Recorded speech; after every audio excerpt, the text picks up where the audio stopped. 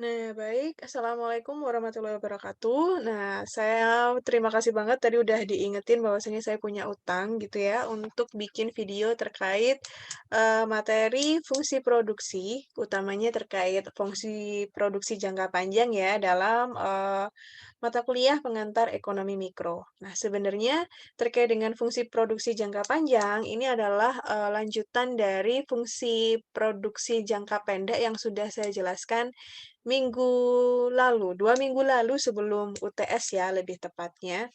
Jadi, filenya di sini sebenarnya sama, jadi sedikit mengulas bahwasanya kalau proses produksi ya, itu utamanya adalah proses mengubah input menjadi output. Nah, kayak gitu. Nah, input ini ada macam-macam. Ada yang namanya input tetap, dan juga input tidak tetap atau variabel input. Nah, kalau kita bicara terkait dengan teori produksi jangka pendek, biasanya itu hanya, tergantung dalam, sekian waktu yang pendek, dalam jangka waktunya pendek, atau dia hanya menggunakan salah satu input tetap. Dalam artian, input tetapnya itu tidak berubah dalam beberapa periode waktu. Sedangkan kalau kita bicara terkait, fungsi produksi jangka panjang, nah ini, 2 hal ini bisa sangat amat berbeda, kayak gitu. Nah, ini sedikit, penjelasan ya, bahwasanya kalau kita bicara terkait fungsi produksi jangka panjang, yang merupakan periode di mana semua input, baik itu input tetap ya, maupun input variabel, itu akan menjadi input variabel, ya. Jadi memang untuk proses peningkatan kapasitas produksinya, itu dilakukan dengan menambahkan input tetap dan juga input variabel. Jadi dua-duanya ini dikombinasikan, seperti itu.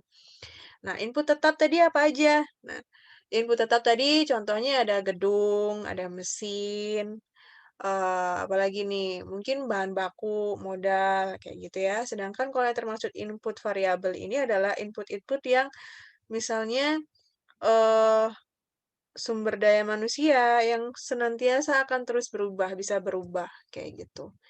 Nah, ini sedikit saya ulas ya, bahwasanya kalau biasanya fungsi produksi itu dia akan terhubung atau terkoneksi dengan 2 hal. Yang pertama itu adalah dari segi tenaga kerjanya atau labor, ya.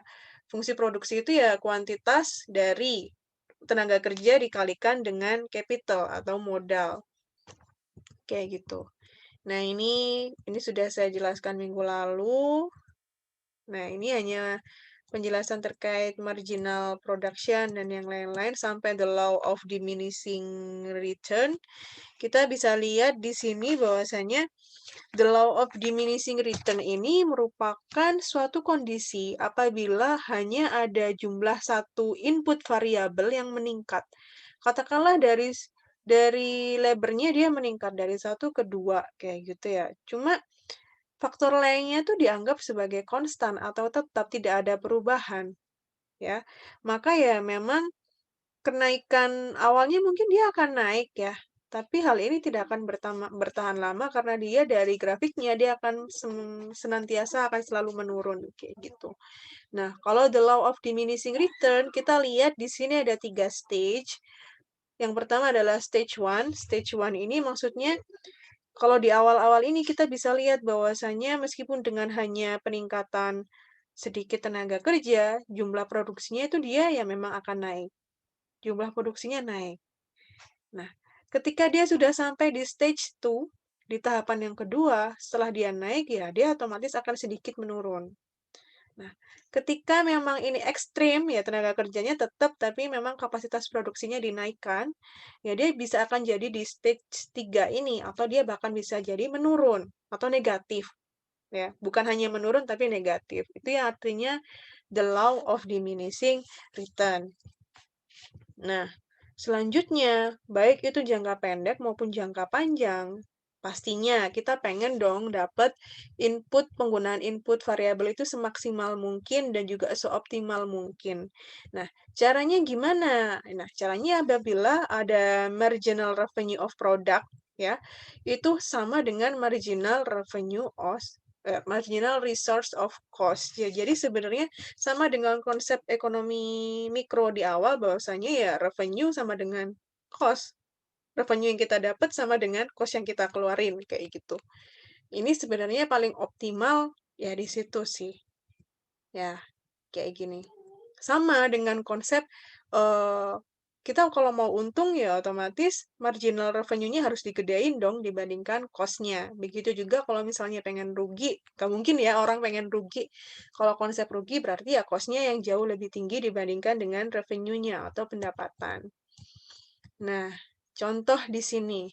Kita lihat di sini bahwasanya ketika, jumlah labor-nya adalah 2,5, marginal, produknya itu 4, marginal revenue-nya 10, marginal, ini sama ya, ini price-nya, marginal revenue dari sini P-nya 10, dia tetap dari marginal revenue-nya dia dari 40, karena ini kan dikalikan.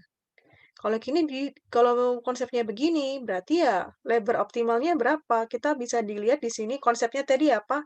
Marginal revenue sama dengan marginal cost. Nah, di sini adalah 20 sama dengan 20. Jadi di sini penggunaan input yang paling optimal adalah ketika menggunakan 3,50 labor. Kayak gitu. Ini konsep yang paling gampang aja sih sebenarnya. Nah, ini dari penggambaran yang itu tadi, kalau misalnya di sini dari $20 ya, katakanlah cost-nya, modalnya, capital-nya, modalnya adalah $20 dengan jumlah labor-nya 3,5, dia ketemunya di sini. Karena memang dia di sini adalah titik potong yang tadi sudah kita dapat dari penghitungan ini, 20, 20. Gitu. Nah, kita sekarang, mulai merujuk yang ke konsep, fungsi produksi jangka panjang. Nah, fungsi produksi jangka panjang biasanya dia akan menggunakan lebih dari satu input variabel, biasanya sih 2 input variabel. Nah, di sini kita kenal ada yang namanya konsep isoquant dan juga isocost. Nah, isoquant di sini iso itu artinya adalah sama, quant quantity. Jadi ketika pengen hasil kombinasi dari kuantitasnya itu sama, berarti ya di sini dia akan menunjukkan hasil, isoquant. Nah, kita lihat di sini, perusahaan hanya akan menggunakan kombinasi input yang berada dalam wilayah ekonomis produksi yang didefinisikan sebagai porsi, di mana setiap isoquant mempunyai kemiringan negatif. Loh, kenapa kok kemiringannya negatif? Gitu. Kita lihat. Nah, ini penggambarannya ya. Kalau misalnya dari capital di sini seperti yang saya bilang akan ada 2 input dari capital dan juga labor.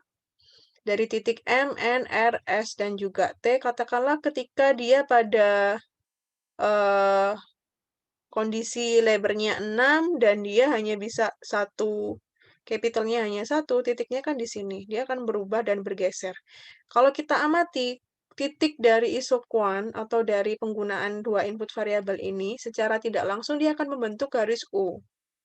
Semakin ke sini dia akan semakin kecil, semakin dia, penggunaan dari kuantitasnya di sini, hasil kombinasinya ini semakin besar, maka cekungannya pun juga akan semakin, cekung gitu ya. Jadi akan semakin membentuk huruf U, gini. Nah, ini kita lihat di sini, kita lihat wilayah ekonomis produksinya di mana sih? Nah, wilayah ekonomis produksinya dia akan ada di titik-titik yang ini sebenarnya, di titik-titik yang hitam. Karena memang di titik yang hitam ini dia bisa mengakomodir semua titik, katakanlah dari 40 key, 36 key, 28 key, dan juga 12 key yang bisa diakomodir itu hanya ada di titik-titik ini.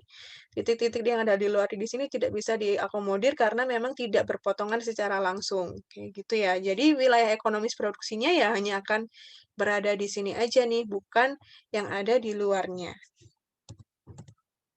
Nah, kita sekarang masuk ke MRTS gitu ya, Marginal Rate of Technical Substitution, atau bisa disebut juga sebagai nilai absolut dari kemiringan isoquant tadi. Kalau pengen kombinasinya sama gitu ya, kuantitasnya sama, ini titik-titiknya kan sebenarnya sama ya dari 12 Ki, 28, 36, 40. Cuma dia akan semakin cekung.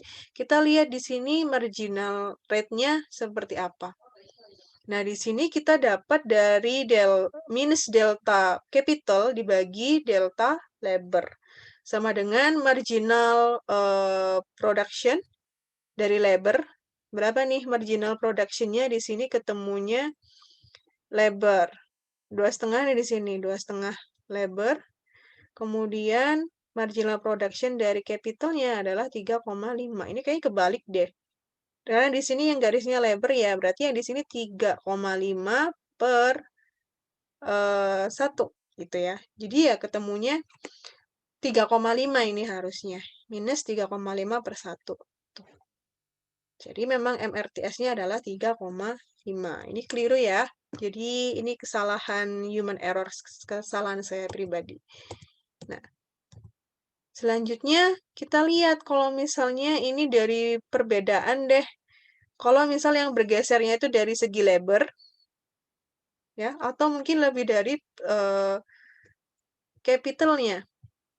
Kita lihat di sini ada dua kondisi. Nah, ada di kondisi barang substitusi sempurna, ada juga yang komplementer sempurna. Katakanlah kalau substitusi, kalau misalnya dari penggunaan produk produksi suatu barang ya, ketika memang dia berada pada kondisi yang substitusi sempurna, kan berarti memang ada barang atau produk lain yang bisa menggantikan. Jadi memang garisnya itu dia akan semakin mendatar gitu ya. Semakin garisnya itu mendatar seperti ini. Tapi ketika ini barang komplementer, namanya barang komplementer itu kan bisa saling melengkapi ya, tidak harus menggantikan. Maka memang titiknya dia akan semakin cenderung ke atas. Jadi ya kurvanya seperti ini. Nah, kombinasi input yang optimal di sini ada garis iso-cost. Kalau tadi kan iso-quan, jadi kuantitasnya yang sama. Kita lihat sekarang yang cost-nya nih yang sama, kayak gitu. Di sini garis iso-cost mencerminkan semua kombinasi dari dua input yang dapat dibeli dengan total biaya yang sama, kayak gitu. Katakanlah total biaya yang kamu punya adalah 1 miliar, kayak gitu. Kamu kan bisa memperkerjakan orang dan juga punya modal dalam memproduksi suatu barang. Nah, kita lihat di sini. Di sini di rumusnya kita lihat ada C atau total cost merupakan kombinasi dari wage rate of labor dan juga cost of capital. Nah, kita lihat di sini kalau kita pengen cari cost of capitalnya berapa nih. Jadi ya udah tinggal bagi aja dari total cost dibagi dengan eh, cost of capital dikurangi wage rate of labor dibagi cost of capital dari labornya itu. Contohnya gimana? Kayak gini. Keliru. Nah, katakanlah di sini dari titik A, B gitu ya, dari baik itu titik A, B yang ini, ya. Ini dia pada, kalau misalnya total cost-nya itu adalah $100 di sini. Di sini adalah garis $100, di mana total wage-nya atau tadi ya, R-nya sama dengan $10. Di sini 10. Ya. Kalau misalnya A aksen, B aksen, dan juga C aksen, dari A aksen, kemudian B aksen, ya. Ini ketika dia memang cost-nya adalah 140 atau 14 ini. Dimana ya tetap aja di tingkat wage-nya dia tetap 10. Ya. Kalau yang A double aksen, di sini kelihatan kan kalau misalnya capitalnya dia hanya 80. Jadi tentu akan ada perbedaan yang sangat signifikan. Nah, ini yang tadi bahwasanya kalau misalnya cost-nya itu yang AB yang ini, tapi kalau dimasukin ke sini kan tetap yang ini tadi ya. Kayak gitu. Nah, kombinasi input yang maksimal, yang optimal, gimana nih? Bisa didapat seperti apa? Nah, kita lihat di sini tadi, ini pencerminan yang konsep yang sama dari kurva yang sebelumnya, dari A ke B, kemudian dari A aksen ke B aksen, begitu juga dari A double aksen ke B double aksen. Kalau misalnya ini kita tarik garis lurus, ini akan melewati ketiganya. Nah, ini yang kita sebut sebagai expansion path atau jalur jalur ekspansi, kayak gitulah. Nah, ini kemudian akan menimbulkan kalau digambar tuh dia bisa cekung kayak gini sih, hampir sama kayak yang garis isoquant tadi. Isocos pun juga sebenarnya sama, hampir membentuk huruf U. Nah, kini kombinasi input yang optimal didapat dari marginal production of labor dibagi dengan wage tadi, dan juga dibagi dengan marginal production of capital dibagi dengan R yang itu tadi. Sama ya, jadi konsepnya ya kalau mau yang optimal, ya udah baik cost untuk labor dan juga capitalnya ya harus seimbang, harus balance gitu. Nah, ini kita lihat ada yang namanya skala hasil atau RTS ya, return of scale. Merupakan derajat sejauh mana sih output akan berubah akibat perubahan tetap ya, akibat perubahan dari input dalam segi kuantitas semua input yang dipakai dalam produksi. Katakanlah kalau fungsi produksi di awal tadi adalah quantity sama dengan jumlah perkalian dari labor dikalikan dengan capital, maka kita lihat di sini. Kalau hasilnya ini merupakan sama dengan H ya, dari hasil di sininya lebih dominan ininya H, maka F-nya adalah constant return to scale atau tetap. Ada juga yang increasing dan juga decreasing. Nah, ini seperti apa konsepnya? Kita lihat. Nah, di sini, ini adalah konsep yang constant return scale. Kita lihat di sini kalau misalnya capitalnya 3, dia 3. Kalau capitalnya 6, dia lebarnya juga 6. Jadi dari expansion rate-nya ditarik garis lurus, sehingga dia akan tetap garisnya akan cenderung agak lebih cekung sedikit ya, dari 100 ke 200. Dia akan peningkatannya itu agak sedikit stagnan. Tapi, meskipun ini sama dari 3 ke 6, karena dilihat dari kuantitasnya itu tadi, kuantitasnya ini kan bisa kita asumsikan bahwa ini melonjak sekitar 3 kali lipat dibandingkan yang sebelumnya. Maka ini akan menghasilkan increasing return to scale. Sedangkan kalau ini dia lebih cenderung, ini ya, karena peningkatannya meskipun dia meningkat, tapi dia meningkatannya tidak signifikan. Dalam artian dia hanya mendapatkan 150 Ki. Jadi dia termasuk dalam kategori decreasing return to scale, gitu. Nah, ini terkait fungsi produksi empiris ya, atau misalnya kalian mau ada fungsi produksi Cobb-Douglas ya. Di sini merupakan, fungsi-fungsi produksi yang jauh lebih rumit dibandingkan dengan fungsi produksi jangka pendek dan juga jangka panjang, dan juga kalau Cobb-Douglas ini dia menggunakan estimasi natural logaritma ya, di mana ada rumus-rumus di sini dari quantity sama dengan dari average capital A dikalikan, bukan, average capital A dan juga labor B, dan juga ini ada rumus-rumusnya, ini nggak akan saya jelasin karena memang tidak akan saya keluarkan juga di ujian ataupun ujian akhir semester gitu. Nah, terkait dengan proses produksi sebenarnya akan banyak banget terhubung dengan lingkungan-lingkungan eksternal ya. Katakanlah kalau misalnya kita berkaitan dengan faktor produksi, itu kaitannya dengan pesaing, dengan lingkungan eksternal juga. Maka perlu yang namanya inovasi dan juga daya saing global. Nah, kalau terkait dengan inovasi, jelas kalau memang perusahaan kita perusahaan yang memproduksi di segi produknya, maka inovasi dari segi produk di sini sangat-sangat dibutuhkan. Terus juga inovasi proses. Misalnya menggunakan just-in-time production system. Jadi kalau semisal ada order kita langsung bikin, atau mungkin kita harus bikin supply dulu, atau mungkin kita malah mau competitive benchmarking. Kita lihat nih sebenarnya di perusahaan lain, di perusahaan kompetitor kita, proses produksinya seperti apa. Nah, kita bisa belajar apa dari sana. Ya, pakai konsep ATM lah, amati, tiru, modifikasi. Nah, kayak gitu. Atau mungkin kita mau bisa menggunakan CAD gitu ya, Computer Aided Design, dalam artian penggunaan teknologi di sini juga tidak bisa dipungkiri akan dapat memudahkan proses produksi kita sih, baik itu dalam CAD atau mungkin di manufacturing juga. Bahkan dalam proses produksi pun juga banyak kan sekarang faktor manusia yang digantikan oleh mesin dan yang lain-lain. Nah, ini tentunya meskipun tidak akan bisa digantikan secara sepenuhnya, tapi memang bantuan teknologi di sini dapat membantu proses produksi kita dalam memaksimalkan revenue dan juga dalam meminimalisir cost yang bisa keluarkan. Gitu. Itu aja sih terkait dengan penjabaran materi fungsi produksi jangka panjang dalam artian fungsi produksi secara keseluruhan ya, kalau misalnya videonya digabung dengan yang minggu lalu dari yang jangka pendek, kemudian jangka panjang, sebenarnya konsep produksi itu ya akan tetap proses berubah input jadi output, tapi memang bagaimana nih, apakah butuh dalam jangka waktu yang tetap, hanya menggunakan variabel input fixed input atau menggunakan kombinasi dari keduanya dan juga variabel output. Itu saja untuk, materi fungsi produksinya. Terima kasih, saya akhiri.